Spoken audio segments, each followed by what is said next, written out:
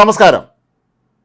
Hamas തീവ്രവാദികൾ തട്ടിക്കൊണ്ടുപോയ Israel ബന്ദികൾ ഒരാൾ നടത്തിയ വെളിപ്പെടുത്തലാണ് ഇപ്പോൾ ലോക മാധ്യമങ്ങളിൽ ശ്രദ്ധാകേന്ദ്രമാകുന്നത്. തങ്ങളെ ഭൂഗർഭ തുരങ്കങ്ങളിലാണ് ഒളിവിൽ പാർപ്പിച്ചിരുന്നത് എന്നത് കൂടാതെ ഹമാസിൻ്റെ പരമോന്നത നേതാക്കളിൽ ഒരാളായ യാഹ്യ സിൻവാർ ഈ തുരങ്കത്തിലെത്തി തങ്ങളെ കണ്ടു എന്നാണ് അവർ വെളിപ്പെടുത്തിയിരിക്കുന്നത്. 72 വയസ്സുകാരിയായ അദീന മോഷയാണ് ഇക്കാര്യം ഇപ്പോൾ മാധ്യമങ്ങളെ അറിയിച്ചിരിക്കുന്നത്. 72 വയസ്സുകാരിയായ ഇവരെ നേരത്തെ നവംബർ മാസത്തിൽ അന്ന് താൽക്കാലിക വെടിനിർത്തലിൻ്റെ ഭാഗമായി വിട്ടയക്കപ്പെട്ടവരിൽ ഒരാളായിരുന്നു ഈ മോഷെ.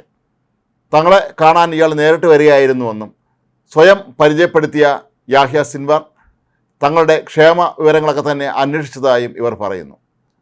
യാഹ്യ സിൻവാർ എന്ന് കേട്ടിട്ടുള്ളതല്ലാതെ ഇയാൾ എങ്ങനെ ഇരിക്കും എന്നുള്ളതിനെക്കുറിച്ച് പോലും ലോകത്ത് പലർക്കും ഇനിയും യാതൊരു ധാരണയും ഇല്ലാതിരിക്കുന്ന ഒരു സന്ദർഭത്തിലാണ് ഇത്രയും വലിയൊരു നേതാവ് ഈ ഭൂഗർഭ തുരങ്കങ്ങളിലെത്തി അവിടുത്തെ ആളുകളുടെ വിശേഷങ്ങൾ തിരക്കിയിരുന്നത് എന്ന് വെളിപ്പെടുത്തൽ ഞെട്ടിപ്പിക്കുന്നത് തന്നെയാണ്.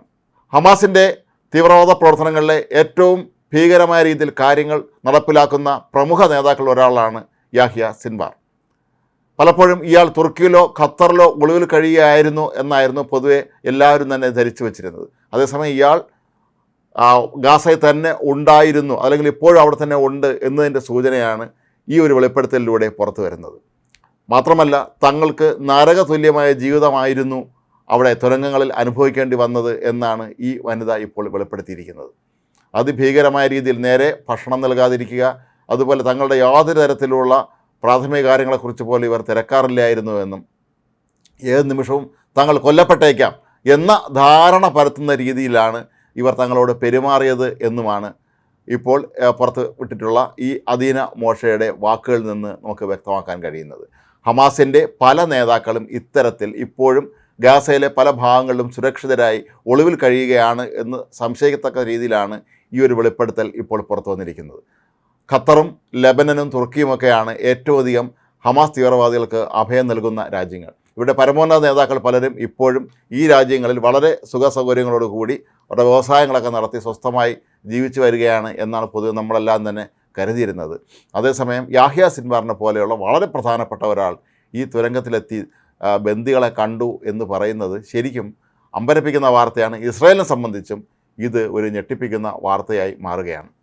ഒക്ടോബറിലെ ആക്രമണത്തിൽ ഈ അദീന മോഷയുടെ വീട്ടിലേക്ക് അതിക്രമിച്ചെത്തിയ ഹമാസ് തീവ്രവാദികൾ ഇവരുടെ ഭർത്താവിനെ വെടിവെച്ച് കൊലപ്പെടുത്തുകയും ചെയ്തിരുന്നു. പിന്നീടാണ് അദീനയെ അവർ ബന്ദിയാക്കി ഇത്തരത്തിലുള്ള ഈ തുരങ്കങ്ങളിലേക്ക് കൊണ്ടുപോയത്. ഇപ്പോഴും നിരവധി ഇസ്രായേൽ ബന്ദികൾ ഹമാസിൻ്റെ കസ്റ്റഡിയിലാണുള്ളത്.